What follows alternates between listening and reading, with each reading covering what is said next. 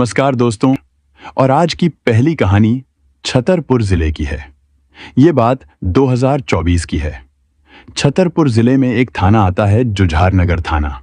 4 नवंबर की शाम जुझार नगर थाना के टीआई राजेंद्र सिंह दिन भर की मेहनत के बाद अपने अफसरों के साथ इलाके की सुरक्षा पर चर्चा कर रहे थे। तभी उन्हें खुडेरी गांव में 45 साल की महिला सुनीला सिंह की हत्या की खबर मिली। बताया गया कि उनकी लाश को उनके घर के बाहर फेंक दिया गया था। मामला गंभीर था, इसलिए एसडीओपी लवकुशनगर नवीन दुबे और एसपी छतरपुर अगम जैन को घटना की जानकारी देकर टीआई राजेंद्र सिंह मौके पर पहुंच गए। सुनीला सिंह, जो गांव में अपने बेटे और बहू के साथ रहती थी, उनकी सिर कुचली लाश उनके घर के पास जानवर बांधने वाले घर के बाहर कुछ दूरी पर पड़ी मिली। मौके पर मौजूद सुनीला के बेटे ने बताया कि दोपहर तक वह घर में ही था।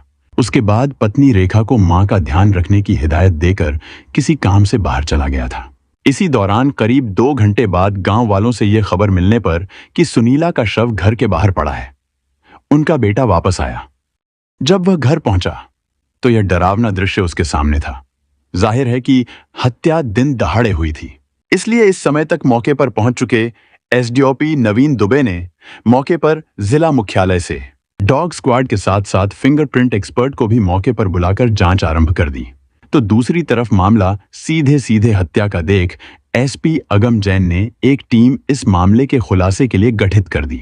पोस्टमार्टम के बाद शव को परिवार वालों को सौंप दिया गया और उनका अंतिम संस्कार कर दिया गया। इसके बाद पुलिस टीम ने गांव में जांच जारी रखते हुए सबसे पहले मृतका सुनीला सिंह की बहू रेखा से पूछताछ की। रेखा ने कुछ गांव वालों के नाम लिए और उन पर अपनी सास की हत्या का आरोप लगाया। इस दौरान पुलिस को पता चला कि रेखा की सास को उसके मौसा ने गोद लिया था। परिवार के पास 2 मकान थे, एक में वे लोग रहते थे और दूसरे में गाय भैंस बांधी जाती थी। सुनीला के मौसा ने अपने बयान में बताया कि सुनीला घर से गाय का दूध निकालने के लिए आई थी, इसके बाद ही उसका शव मिला। रेखा जिन गांव वालों पर आरोप लगा रही थी, वे सभी गांव में मौजूद थे। एसडीओपी नवीन दुबे का मानना था कि कोई आमतौर पर दिन के उजाले में हत्या नहीं करता, और अगर करता भी है तो पुलिस के आने का इंतजार करते हुए घर में नहीं बैठता। इसके अलावा अगर रेखा ने जिन लोगों पर आरोप लगाए हैं सचमुच उन्हीं ने सुनीला की हत्या की है, तो सवाल यह था कि रेखा घटना के बाद चीखी चिल्लाई क्यों नहीं। न तो उसने अपने मौसा या ससुर को कुछ बताया, न ही किसी पड़ोसी को सूचना दी, और न ही अपने पति को इस बारे में कुछ बताया। इसलिए पुलिस की पहली नजर मृतका की बहू रेखा पर ही पड़ी। 25 साल की रेखा पास के गांव की रहने वाली थी और 7 साल पहले सुनीला के बेटे से उसकी शादी हुई थी। पुलिस ने पाया कि सास की हत्या के बाद भी रेखा सामान्य तरीके से न केवल बातचीत कर रही थी, बल्कि उसने श्रृंगार भी किया हुआ था, जो संदिग्ध लगने लगा। शक के घेरे में आने के बाद एसडीओपी श्री दुबे के निर्देश पर महिला पुलिस की मौजूदगी में रेखा से गहराई से पूछताछ की गई। थोड़ी देर तक वह पुलिस को बरगलाने की कोशिश करती रही, लेकिन अंत में टूट गई। उसने यह स्वीकार किया कि उसने अपने 20 वर्षीय प्रेमी सचिन के साथ मिलकर अपनी सास सुनीला की हत्या की थी। उसका कहना था कि घटना के दौरान वह अपने प्रेमी के जानवर बांधने वाले मकान में थी। तभी सास के वहां आ जाने पर उन्होंने मुझे और सचिन को आपत्तिजनक अवस्था में सब कुछ करते देख लिया था। रेखा ने पुलिस को बताया कि उसे डर था कि अगर सास इस बात की जानकारी उसके पति को दे देती या गांव में इसे लेकर हल्ला मचाती तो उसकी बदनामी हो सकती थी और प्रेमी से उसका रिश्ता भी टूट सकता था। इसी डर के कारण दोनों ने मिलकर सुनीला का सिर ईंट पत्थर से कुचलकर उसकी हत्या कर दी और शव को घर के बाहर फेंक दिया। रेखा के बयानों के आधार पर पुलिस ने तुरंत छापेमारी की और गांव छोड़कर भागने की तैयारी कर रहे रेखा के प्रेमी सचिन को गिरफ्तार कर लिया। दोनों की निशानदेही पर पुलिस ने वह खून सने ईंट पत्थर बरामद कर लिए जिनसे सुनीला का सिर कुचलकर हत्या की गई थी। इसके बाद आरोपियों को अदालत में पेश किया गया, जहां से उन्हें जेल भेज दिया गया। इस प्रकार मर्द की भूखी बहू द्वारा अपनी सास की हत्या की कहानी सामने आई। छतरपुर जिले के खुडेरी गांव में रहने वाली सुनीला ने 7 साल पहले अपने बेटे की शादी पास के गांव की रेखा से बड़े अरमानों के साथ की थी। बताया जाता है कि शादी से कुछ महीने पहले सुनीला ने रेखा को एक रिश्तेदार की शादी में देखा था, जहां वह अपने परिवार के साथ आई थी। रेखा बेहद खूबसूरत और यौवन से भरी नवयुवती थी, जिसे देखकर सुनीला ने उसे अपने बेटे के लिए पसंद किया और फिर रेखा के परिवार से इस रिश्ते की बात शुरू कर दी। रेखा के परिवार वाले भी जल्द ही इस रिश्ते के लिए राजी हो गए और कुछ ही दिनों बाद सुनीला ने रेखा को अपनी बहू बनाकर घर ले आई। रेखा के घर आ जाने के बाद सुनीला को अपनी बहू की खूबसूरती देखकर खुशी हुई। उसे लगा कि अब घर में एक सुंदर बहू आई है और वह खुद भी गर्व महसूस कर रही थी। लेकिन उस वक्त सुनीला को इस बात का बिल्कुल भी एहसास नहीं था कि रेखा के रूप में वह अपने घर में बहू नहीं बल्कि अपनी मौत को लेकर आई है। रेखा की खूबसूरती उसकी तकलीफ बन गई थी। कहा जाता है कि इसी दौरान रेखा के घर मेहमान बनने आए एक दूर के रिश्तेदार ने उसकी मासूमियत का फायदा उठाया और जबरदस्ती उसके साथ संबंध बनाए। उसने रेखा को धमकी दी कि अगर वह इस बारे में किसी को बताएगी तो उसे जान से मार डालेगा। इस धमकी के डर से रेखा चुप रही और इसका फायदा उठाकर वह रिश्तेदार बार बार रेखा के साथ गलत काम करता रहा। धीरे धीरे यह रेखा के लिए सामान्य बन गया और कुछ समय बाद वह गांव के कुछ युवकों से भी छिपकर मिलने लगी। इस तरह रेखा का वासना से भरा मन एक ही व्यक्ति से मन भरना मुश्किल हो गया। रेखा के परिवार को उसके गलत कदमों के बारे में पहले ही पता चल चुका था। इसलिए जब सुनीला ने रेखा को अपनी बहू बनाने का प्रस्ताव रखा तो परिवार वाले जल्दी ही इसके लिए राजी हो गए। शादी के बाद रेखा की खूबसूरती में खोया उसका पति कुछ महीनों तक उसे बहुत प्यार करता रहा, जिससे रेखा को किसी भी चीज की कमी महसूस नहीं हुई। लेकिन एक मजदूर आदमी हमेशा घर पर नहीं रह सकता, उसे काम पर भी जाना पड़ता है। क्रशर पर काम शुरू होने के बाद रेखा के पति के लिए उसे समय निकालना मुश्किल हो गया। थका हारा होने के कारण वह रेखा की जरूरतों को नजरअंदाज करने लगा। इससे रेखा परेशान रहने लगी और कुछ ही दिनों में उसने अपनी खुशियों के लिए दूसरे साथी की तलाश शुरू कर दी। लेकिन ससुराल में रहकर यह काम मायके जैसा आसान नहीं था।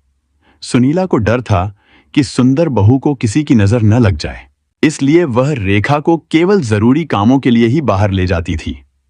इससे रेखा और भी परेशान हो गई। इसी बीच रेखा की नजर अपने पड़ोस में रहने वाले सचिन पर पड़ी। रेखा की शादी के समय सचिन उम्र में बहुत छोटा था, इसलिए रेखा के पति को भैया कहने के कारण वह रेखा को भाभी कहता था। उस समय उसका रेखा के घर में आना जाना भी खूब था, लेकिन समय के साथ सचिन जवान हुआ तो काम के चलते उसका आना जाना कम हो गया था। हालांकि वह पड़ोसी था, फिर भी कभी कभी सचिन रेखा के घर आता रहता था।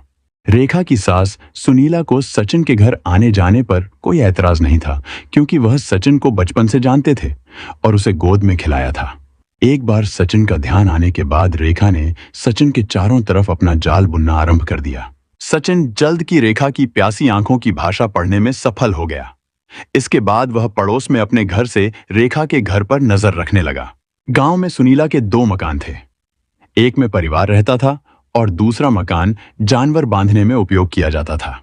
इसलिए योजना बनाकर रेखा ने जानवरों का काम करने दूसरे मकान में आना जाना कर दिया।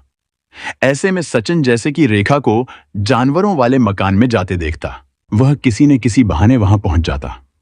रेखा भी समझ चुकी थी कि सचिन उसी दिशा में आगे बढ़ रहा है जिस दिशा में रेखा उसे ले जाना चाहती है।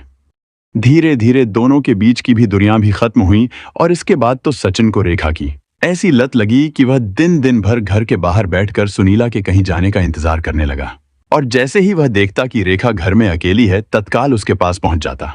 रेखा भी जानती थी कि सास के घर से निकलते ही सचिन बिना बुलाए उसके पास पहुंच जाता है, इसलिए जैसे ही सास गांव में कहीं जाती, रेखा अपने दोनों बच्चों को खेलने के लिए बाहर भेजकर दरवाजे के पास पहुंचकर सचिन का इंतजार करने लगती और जैसे कि सचिन घर में दाखिल होता तो इनका खेल भी शुरू हो जाता। दोनों को घर एक दूसरे के पड़ोस में होने के कारण सालों तक उनके वासना का यह खेल बिना परेशानी के चलता रहा। लेकिन पाप का सफर ज्यादा दूर तक नहीं किया जा सकता। रेखा और सचिन के साथ भी यही हुआ। रेखा का पति इलाके की एक क्रशर में काम करता था। दिवाली के त्योहार में काम की अधिकता न होने के कारण रेखा का पति भी कई दिनों से घर में बना रहता था। इसलिए सुनीला के घर से बाहर जाने के बाद भी सचिन को रेखा से मिलने का मौका नहीं मिल पा रहा था। इसलिए सचिन की दूरी से रेखा और रेखा की दूरी से सचिन दोनों की परेशान थे। इसी बीच 4 नवंबर को सचिन ने रेखा को जानवरों वाले मकान में जाते देखा तो पीछे वह खुद वहां पहुंच गया और उससे पागलों की तरह लिपटकर प्यार करने लगा। उसे इस बात का भी ध्यान नहीं रहा कि बाहर का दरवाजा खुला है और गाय का दूध निकालने उसकी सास किसी भी समय वहां आ सकती है। इसलिए वासना में पागल दोनों प्रेमियों ने एक दूसरे के कपड़े खींचकर फेंक दिए और लेकिन अभी उनका सफर अधूरा ही था कि अचानक दरवाजे को धक्का देते हुए सुनीला अंदर आ गई। अंदर का नजारा सुनीला के लिए चौंका देने वाला था। अपनी बहू को, जिस पर वह गर्व किया करती थी, पड़ोस के लड़के के साथ बिस्तर पर देखकर उन्हें चक्कर आ गया। इधर सुनीला को देखकर रेखा और सचिन को चढ़ा वासना का बुखार पल भर में उतर गया। इसलिए सचिन जल्द से अपने कपड़े पहनकर वहां से जाने लगा।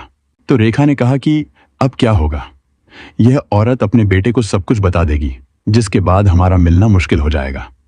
तो क्या करें, इसे खत्म कर देते हैं, सचिन ने कहा। तो रेखा भी इसके लिए राजी हो गई और जिसके वहां पड़ी ईंट और पत्थर उठाकर दोनों ने सुनीला का सिर कुचलकर उसे मार डाला और शव को घर के बाहर कुछ दूरी पर फेंककर सचिन अपने घर वापस चला गया।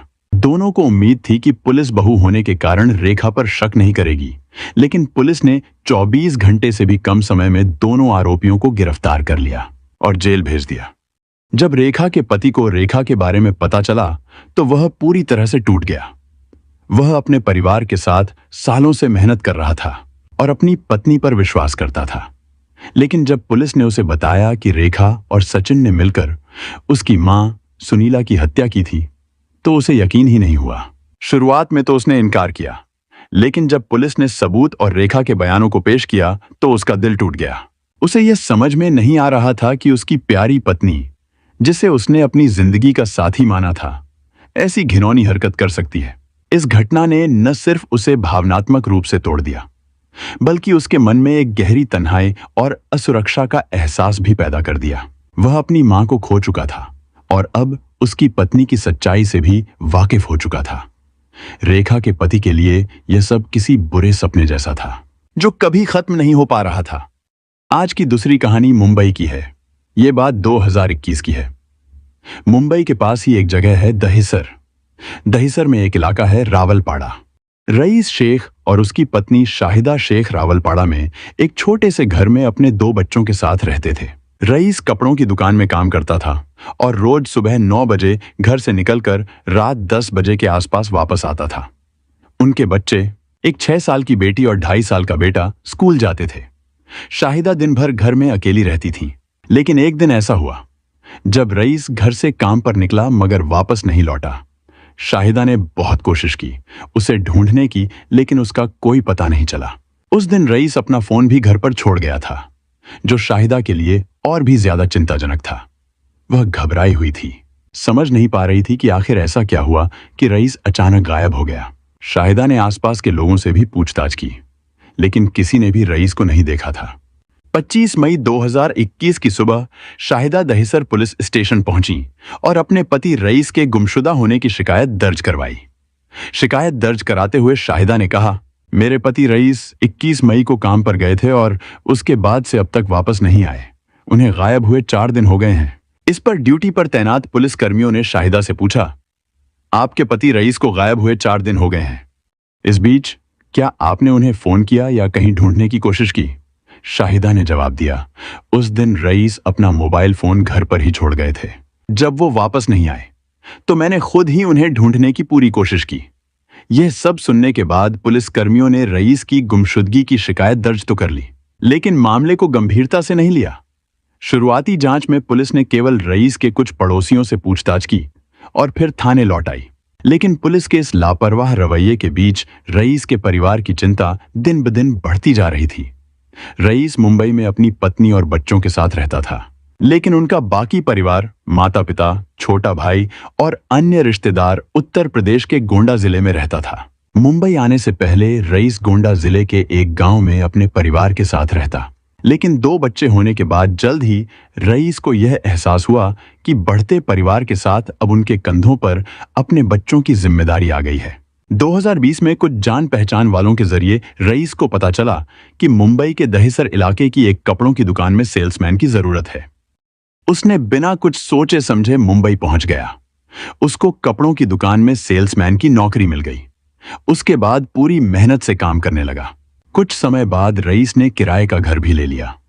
इसके बाद रईस अपनी पत्नी शाहिदा और दोनों बच्चों को अपने साथ मुंबई ले आया। अब रईस, शाहिदा और उनके 2 बच्चे इस छोटे से किराए के घर में साथ रह रहे थे। रईस ने अपनी बड़ी बेटी का स्कूल में दाखिला भी करवा दिया था। सब कुछ सही चल रहा था, लेकिन 21 मई 2021 को हर दिन की तरह रईस काम पर गए, वापस नहीं लौटे। शाहिदा ने पूरी रात रईस का इंतजार किया, लेकिन वह वापस नहीं आए। एक रात बीत गई और फिर देखते ही देखते 3 दिन गुजर गए। शाहिदा ने 24 मई को गोंडा जिले में रहने वाले रईस के माता पिता और भाई को फोन कर बताया कि रईस का कोई भी पता नहीं चल रहा है। उसने यह भी कहा कि वह कहीं चले गए हैं और उनका फोन भी घर पर ही रह गया है। रईस के परिवार वालों को जैसे ही शाहिदा का फोन आया, रईस के माता पिता ने अपने छोटे बेटे अनीस शेख को मुंबई भेजा। 26 मई को अनीस अपने भाई के घर पहुंच गया। जब अनीस पहुंचा तो शाहिदा ने उसे वही कहानी सुनाई जो उसने पुलिस को बताई थी। हालांकि जब अनीस ने अपने भाई के घर का माहौल देखा तो वह काफी खराब था। खासकर रईस की बेटी उदास और परेशान दिख रही थी। उसे महसूस हुआ कि वह अपने पिता रईस को बहुत याद कर रही है। रईस की बेटी और बेटे का अपने चाचा अनीस के साथ अच्छा रिश्ता था। अनीस ने बच्चों को ढाढ़स बंधाया और उन्हें सहारा दिया। अनीस ने तय किया कि वो खुद ही अपने भाई का पता लगाएगा। अनीस अक्सर फोन पर रईस से बात करता था, इसलिए वह उनके बारे में काफी कुछ जानता था। वह जानता था कि रईस कहाँ काम करता है, उनके साथ कौन कौन लोग मिलते जुलते हैं। अनीस को पता था कि जिस दिन रईस लापता हुआ था उस दिन वह हमेशा की तरह अपने काम पर गया था। इसलिए उन्होंने तय किया कि वह उस कपड़ों की दुकान पर जाएगा जहां रईस काम करता था। उसी दिन अनीस दुकान पर गया।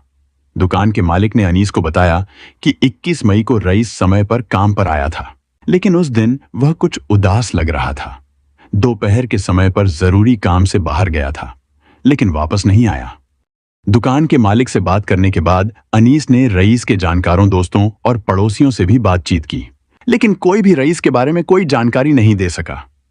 मई का महीना खत्म हो गया और जून शुरू हो गया। 1 जून को शाहिदा को किसी काम से घर से बाहर जाना पड़ा और उन्होंने बच्चों की जिम्मेदारी अनीस को सौंपी। इसी दौरान अनीस ने देखा कि उनकी छोटी भतीजी अपने बिस्तर पर बैठी हुई थी और उसके चेहरे पर उदासी साफ झलक रही थी। अनीस उसके पास गए और उसे खुश करने की कोशिश करते हुए कहा, इतना उदास मत हो, तुम्हारे पापा जल्द ही घर वापस आ जाएंगे। इसके जवाब में 6 साल की बच्ची ने जो कहा उसने अनीस को अंदर तक हिला दिया। बिना समय गंवाए अनीस दोनों बच्चों को लेकर दहिसर पुलिस स्टेशन पहुंचा। पुलिस स्टेशन में रईस की बेटी ने वही बात पुलिस अधिकारियों के सामने दोहराई। बच्ची के शब्द सुनकर अधिकारी पूरी तरह से चौंक गए। इसके बाद 5 से 6 पुलिस अधिकारियों की एक टीम अनीस और दोनों बच्चों को लेकर सीधे रईस शेख के घर रावलपाड़ा जाते हैं। उस समय लगभग 4 बजे का समय था और तब तक शाहिदा भी घर वापस आ चुकी थी। पुलिस ने पूरी तरह से घर की जांच की और यह सब शाहिदा के सामने हुआ। घर में एक छोटा सा बेडरूम था और बाहर एक छोटा सा कमरा था जिसमें एक सोफा रखा था। पुलिस ने घर के हर कोने की जांच की। उन्होंने घर की दीवारों, छत और फर्श की पूरी तरह से छानबीन की, लेकिन कुछ नहीं मिला। जैसे ही पुलिस जाने लगती है, एक अधिकारी की नजर रसोई के फर्श पर पड़ती है। उसे देखकर पुलिस को शक होता है कि यह फर्श हाल ही में नया बनाया गया है, क्योंकि यहां नए टाइल्स लगे थे, लेकिन कुछ टाइल्स ठीक से नहीं लगे थे। आसपास की मिट्टी खुदी हुई पाई। आमतौर पर जब कोई घर में काम कराता है तो वह ध्यान देता है कि सब कुछ सही से किया जाए। पुलिस का यही शक गहरा गया। फिर पुलिस ने कुछ मजदूरों को खुदाई के लिए बुलाया। किचन के फर्श की खुदाई की जा रही थी। बाहर लोगों की भीड़ जमा थी। खुदाई शाम के 4 बजे से शुरू होकर अगले रोज तड़के 3 बजे तक चलती रही और फिर जो मंजर सामने आया उसे देखकर वहां मौजूद लोग सहम गए। इसकी वजह थी किचन के अंदर फर्श से करीब 3 फीट नीचे एक शख्स की उंगलियां नजर आ रही थीं। अब खुदाई में लगे मजदूर बड़ी सावधानी से मिट्टी निकाल रहे थे। धीरे धीरे जमीन के अंदर से 4 अलग अलग टुकड़ों में एक इंसानी लाश थी। करीब 11 घंटे की जद्दोजहद के बाद खुदाई का काम पूरा हुआ और पुलिस वाले लाश किचन से बाहर निकाली। फिर एक तरह से उसे बटोरकर पॉलीथीन के पैक में बंद किया। लाश को पोस्टमार्टम के लिए भिजवा दिया गया। यह लाश रईस शेख की थी। अब जैसे जैसे पुलिस की जांच आगे बढ़ी, किचन में दफन इस लाश को लेकर सारी कहानी सामने आने लगी। ऐसी कहानी जिसे सुनकर लोग अंदर से हिल गए। लोगों के लिए यकीन करना भी मुश्किल था कि क्या ऐसा भी कभी हो सकता है। पुलिस ने शाहिदा और उनके दोनों बच्चों को पुलिस स्टेशन ले गए और शाहिदा से पूछताछ शुरू की। जांच के दौरान पुलिस को पड़ोसियों से पता चला कि एक आदमी अमित मिश्रा अक्सर शाहिदा के घर आता था। अमित मिश्रा का घर शाहिदा के घर से ज्यादा दूर नहीं था, लेकिन जब पुलिस ने वहां जाकर देखा तो वह घर पर नहीं था। फिर पुलिस ने अमित मिश्रा की तलाश शुरू की और कुछ समय बाद उसे गिरफ्तार कर लिया। पुलिस ने शाहिदा और अमित से कड़ी पूछताछ शुरू की तो एक कहानी सामने आई। जब रईस ने अपनी पत्नी और बच्चों को मुंबई में अपने पास रहने के लिए बुलाया, तब रईस के घर के पास ही अनिकेत मिश्रा उर्फ अमित नाम का लड़का रहता था, जो उस समय अविवाहित था। जब अमित ने पहली बार शाहिदा को देखा तो वह उसका दीवाना हो गया। बच्चों के बहाने से शाहिदा के घर आने जाने लगा। इसके बाद दोनों के बीच बातों का सिलसिला बढ़ने लगा। शाहिदा, जो 2 बच्चों की मां थी, 24 साल के अनिकेत से प्यार करने लगी। इस दौरान दोनों के बीच अवैध संबंध बन गए। अमित और शाहिदा दोनों को रईस के काम के समय का पूरा पता था, यानी वह कब घर से बाहर जाते थे और कब वापस आते थे। बच्चे अक्सर खेलने बाहर जाते थे, जिससे शाहिदा घर पर अकेली रहती थी। अमित ने इस समय का पूरा फायदा उठाया और अक्सर शाहिदा के घर आकर अवैध संबंध बनाता। लेकिन कहते हैं ना कि इश्क और मुश्क छुपाए नहीं छुपते। रईस और शाहिदा का जीवन सामान्य चल रहा था, लेकिन धीरे धीरे पड़ोसियों की फुसफुसाहटों ने रईस के दिल में शक का बीज बो दिया। पड़ोसियों ने रईस को बताया कि उसकी पत्नी शाहिदा का किसी अनिकेत नामक व्यक्ति के साथ संबंध है। पहले तो रईस ने इन बातों पर ध्यान नहीं दिया, लेकिन फिर ऐसी घटनाएं होने लगीं जिन्होंने उसके संदेह को पुख्ता कर दिया। इस शक ने रईस और शाहिदा के बीच झगड़े शुरू कर दिए। रईस बार बार शाहिदा से पूछताछ करता, लेकिन शाहिदा हर बार उसे झूठा साबित करने की कोशिश करती। इसके बावजूद कुछ दिनों बाद दोनों के बीच स्थिति थोड़ी सामान्य होने लगी, लेकिन अनिकेत ने शाहिदा से गुपचुप मिलना जारी रखा और दोनों पड़ोसियों की नजरों से बचकर मिलते रहे। 15 मई की रात रईस ने अपने जीवन का सबसे बड़ा झटका महसूस किया। उसने अपनी पत्नी शाहिदा और अनिकेत को आपत्तिजनक हालत में देख लिया। गुस्से से भरे रईस ने अनिकेत को पकड़ने की कोशिश की, लेकिन वह किसी तरह भागने में सफल रहा। इसके बाद रईस ने शाहिदा की पिटाई कर दी और गुस्से में उस पर चिल्लाने लगा। शाहिदा ने रोते हुए माफी मांगी और वादा किया कि वह कभी ऐसा नहीं करेगी। उसने रईस को यकीन दिलाने की कोशिश की कि वह अपनी गलती सुधार लेगी। हालांकि इस घटना ने उनके रिश्ते में ऐसा दरार डाल दिया जिसे भुला पाना रईस के लिए आसान नहीं था। रईस और शाहिदा के रिश्ते में खटास बढ़ती जा रही थी। शाहिदा ने अपने पति से वादा किया था कि वह अपने गलतियों को नहीं दोहराएगी, लेकिन कुछ समय बाद उसने अपने 9 साल पुराने शादीशुदा जीवन को खत्म करने का फैसला कर लिया। शाहिदा के लिए यह आसान नहीं था कि वह रईस से सीधे तलाक की बात करे, इसलिए उसने रईस को रास्ते से हटाने की खतरनाक साजिश रचनी शुरू कर दी। शाहिदा ने अपनी योजना अमित को बताई और बिना किसी हिचकिचाहट के अमित ने उसे इसके लिए सहमति दे दी। शाहिदा के मन में पहले से ही यह ठान लिया था कि वह रईस को मार डालेगी। उसने इस काम के लिए पहले से ही सारी तैयारियां करनी शुरू कर दी थीं। उसने रईस से बहाना बनाया कि उनके रसोई घर की फर्श खराब हो गई है और उसे टाइल्स लगवाने की जरूरत है। शाहिदा ने रेत, सीमेंट और टाइल्स रईस से धीरे धीरे मंगवाए। 20 मई को रईस रोज की तरह काम पर चला गया। शाहिदा जानती थी कि उसका पति रात को ही घर लौटेगा, इसीलिए उसने अपने प्रेमी अनिकेत को घर बुला लिया। शाहिदा और अनिकेत ने रईस को खत्म करने का इरादा पक्का कर लिया था। रात को जब रईस घर पहुंचा और दरवाजे पर दस्तक दी तो अंदर से कोई जवाब नहीं आया। रईस ने बार बार आवाज दी, जिसके बाद काफी देर में शाहिदा ने दरवाजा खोला। जैसे ही रईस अंदर गया, उसने अपने बिस्तर के पास छिपते हुए अनिकेत को देख लिया। यह दूसरी बार था जब रईस ने अपनी पत्नी को उसके प्रेमी के साथ रंगे हाथों पकड़ा। गुस्से से आग बबूला रईस ने अनिकेत की पिटाई शुरू कर दी। रईस ने जैसे ही अनिकेत की पिटाई शुरू की, शाहिदा ने रसोई से चाकू उठाया और अपने पति की गर्दन पर वार कर दिया। रईस वहीं जमीन पर गिर पड़ा और कुछ ही पलों में उसकी मौत हो गई। शाहिदा और अनिकेत ने मिलकर इस हत्या को अंजाम देने की योजना पहले से बना रखी थी। रईस को मारने के बाद अमित ने शाहिदा के रसोई घर में एक गड्ढा खोदना शुरू किया। उस वक्त शाहिदा के दोनों बच्चे पड़ोस के बच्चों के साथ खेलने गए हुए थे। 3 घंटे की कड़ी मेहनत के बाद अमित ने 3 फीट गहरा गड्ढा खोद लिया, लेकिन जब दोनों ने रईस की लाश को गड्ढे में डालने की कोशिश की तो उन्हें एहसास हुआ कि गड्ढा रईस के शरीर के लिए छोटा पड़ गया था। घबराहट और हड़बड़ी के बीच शाहिदा और अमित ने मिलकर रईस की लाश को 4 हिस्सों में काट डाला और फिर एक एक करके उन हिस्सों को जमीन में दफन कर दिया। इस बीच शाहिदा की 6 साल की बेटी अपने 2.5 साल के भाई के साथ खेलने के बाद घर लौट आई। शाहिदा ने अपनी 6 साल की बेटी को भी धमकाया कि अगर उसने किसी को कुछ बताया तो उसे भी बाप की तरह काटकर जमीन में दफना देगी। इसके बाद शाहिदा ने दोनों बच्चों को एक कमरे में बंद कर दिया। अमित ने जल्दी जल्दी रसोई की फर्श पर टाइल्स लगाई और घर से चला गया। शाहिदा ने खून के निशान साफ कर घर को सामान्य दिखाने की कोशिश की, लेकिन उसी की 6 साल की बेटी ने सच्चाई बता दी। इसके बाद मामला पुलिस तक पहुंच गया। यह मामला सिर्फ 7 दिनों में सुलझ गया था और अदालत ने शाहिदा और अमित को उम्र कैद की सजा सुनाई। रईस के दोनों बच्चे अब अपने दादा दादी के साथ रह रहे हैं, लेकिन रईस की 6 साल की बेटी, जिसने इस खौफनाक घटना को अपनी आंखों से देखा, शायद इस दर्दनाक मंजर को कभी भूल नहीं पाएगी। यह घटना उसकी मासूमियत पर एक ऐसा घाव बन गई जो जिंदगी भर उसके साथ रहेगा। यह कहानी एक कड़वी सच्चाई को उजागर करती है कि कैसे लालच, धोखा और गुस्से में इंसान अपनी इंसानियत खो बैठता है। रिश्तों में विश्वास टूटने का अंजाम कितना भयानक हो सकता है, यह इस घटना से साफ झलकता है।